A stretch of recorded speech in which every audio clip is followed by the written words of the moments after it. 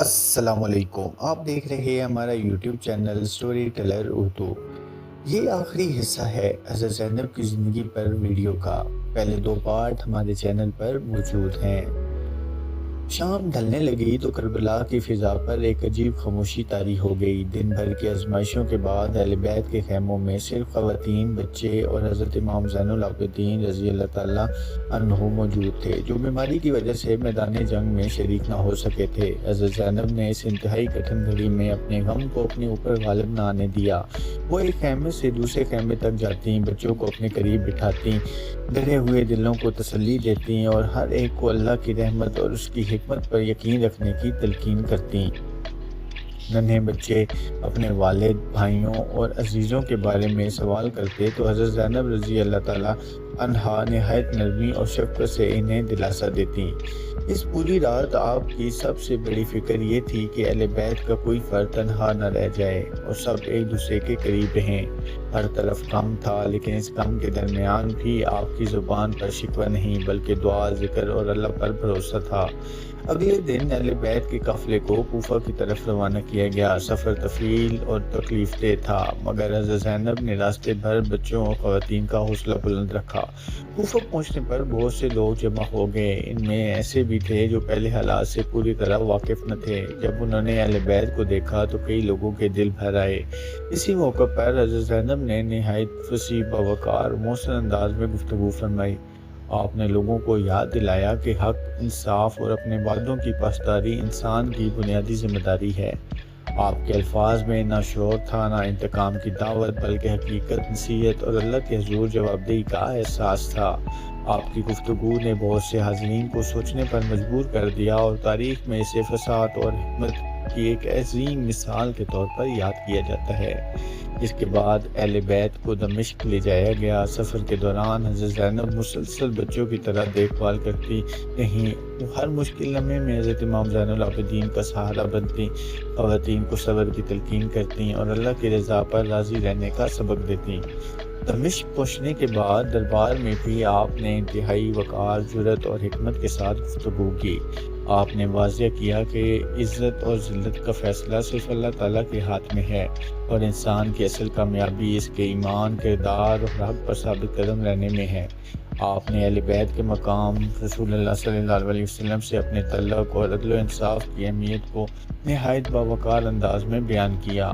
آپ کی گفتگو میں نہ ذاتی مفاد تھا، نہ دنیاوی خواہش، بلکہ صرف حق کی وضاحت اور اللہ کی رضا مقصود تھی۔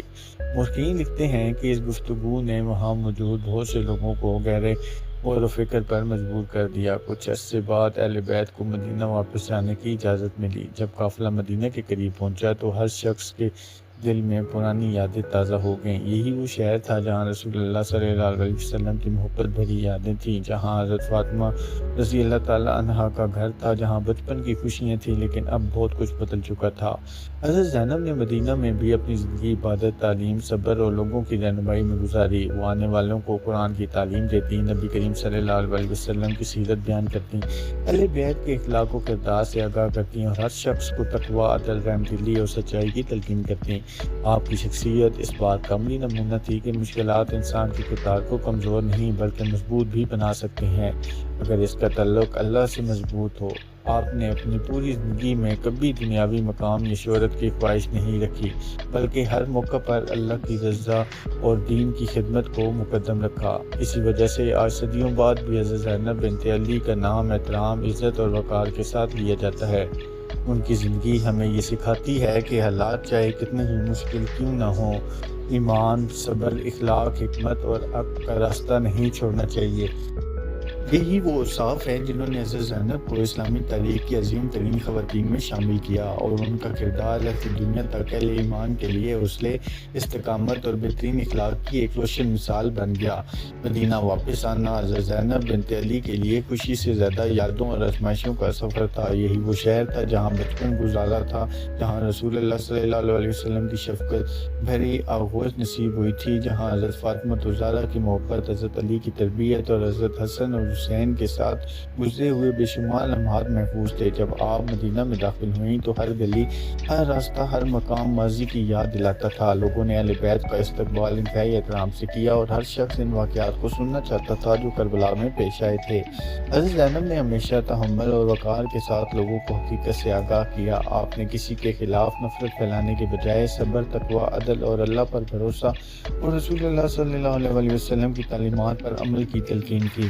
آپ کی مجالس میں قرآن کی تلاوت ہوتی، دین کی تعلیم دی جاتی، خواتین اپنے مسائل پوچھتی اور آپ انہیں نہایت حکمت کے ساتھ جواب دیتی۔ حضرت زینب کو اللہ تعالیٰ نے غیر معمولی فساد، گہرا علم اور بہترین اخلاق عطا فرمایا تھا۔ اسی لیے بڑے بڑے اہل علم بھی آپ کے علم و فضل کا احترام کرتے تھے۔ آپ کی گفتگو میں نہ تکلف ہوتا تھا، نہ دنیا کی رغبت، بلکہ ہر بات میں اللہ کی رضا اور آخرت کی فکر نمایاں ہوتی تھی۔ آپ اکثر لوگوں کو یاد دلاتی کہ دنیا کی زندگی عارضی ہے، اصل کامیابی اللہ کی اطاعت، سچائی، انصاف اور نیک اعمال میں ہے۔ آپ کی عبادت بھی مثالی تھی۔ شدید مصائب سے گزرنے کے باوجود نماز، دعا، ذکر اور تلاوت قرآن میں کبھی کوتاہی نہ کی۔ روایات میں آتا ہے کہ آپ تہجد کی نماز کا خاص اہتمام کرتی تھیں اور ہر حال میں اللہ کے حضور جھکنا اپنی زندگی کا حصہ بنائے رکھا۔ یہی مضبوط تعلق تھا جس نے انہیں زندگی کی بڑی سے بڑی آزمائش میں بھی ثابت قدم رکھا۔ حضرت امام زین العابدین ہمیشہ اپنی پھپھی حضرت زینب کا انتہائی احترام کرتے تھے اور ان کی خدمت کو سعادت سمجھتے تھے۔ اہل بیت کے دیگر افراد بھی آپ کی رائے اور مشورے کو بڑی اہمیت دیتے تھے کیونکہ وہ علم، تجربے اور حکمت کا خزانہ تھی۔ وقت گزرتا گیا مگر حضرت زینب کی شخصیت لوگوں کے لیے امید اور ہدایت کا ذریعہ بنی رہی۔ جہاں کہیں اہل بیت کا ذکر ہوتا وہاں حضرت زینب کے صبر، حوصلے، علم اور کردار کا بھی احترام کے ساتھ تذکرہ کیا جاتا۔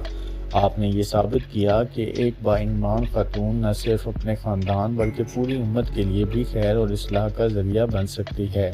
آپ کی وفات کے مقام کے بارے میں مورخین کی مختلف آراء ملتی ہیں۔ بعض تاریخی روایات کے مطابق آپ نے مدینہ منورہ میں وفات پائی، جبکہ بعض روایات دمشق کا ذکر کرتی رہیں اور کچھ روایات میں مصر کا بھی تذکرہ ملتا ہے۔ چونکہ اس بارے میں مورخین کے درمیان اختلاف موجود ہے، اس لیے کسی ایک مقام کو قطعی طور پر درست قرار دینا تاریخی اعتبار سے مناسب نہیں۔ البتہ اس بات پر سب کا اتفاق ہے کہ حضرت زینب بنت علی نے اپنی پوری زندگی دین اسلام، اعلی اخلاق، صبر، عبادت، علم اور حق پر استقامت کے ساتھ گزاری۔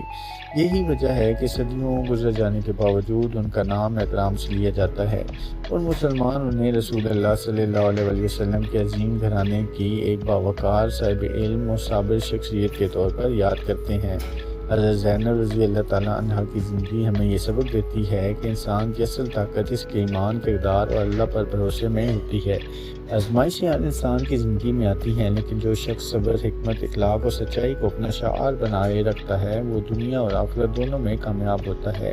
حضرت زینب بنت علی کا روشن کردار اسی حقیقت کی ایک زندہ مثال ہے کہ حالات کتنے ہی مشکل کیوں نہ ہوں، اللہ کی رضا، عدل، رحم، علم اور بہترین اخلاق کا راستہ کبھی نہیں چھوڑنا چاہیے، کیونکہ یہی وہ راستہ ہے جو انسان کو عزت، وقار اور دائمی کامیابی عطا کرتا ہے۔ اور یہی پیغام حضرت زینب بنت علی کی پوری زندگی سے ہمیں ملتا ہے۔ ویڈیو پسند آئی ہے تو ہمارے چینل کو سبسکرائب ضرور کریں۔ اللہ پاک آپ کا حامی و ناصر ہو۔ بہت بہت شکریہ۔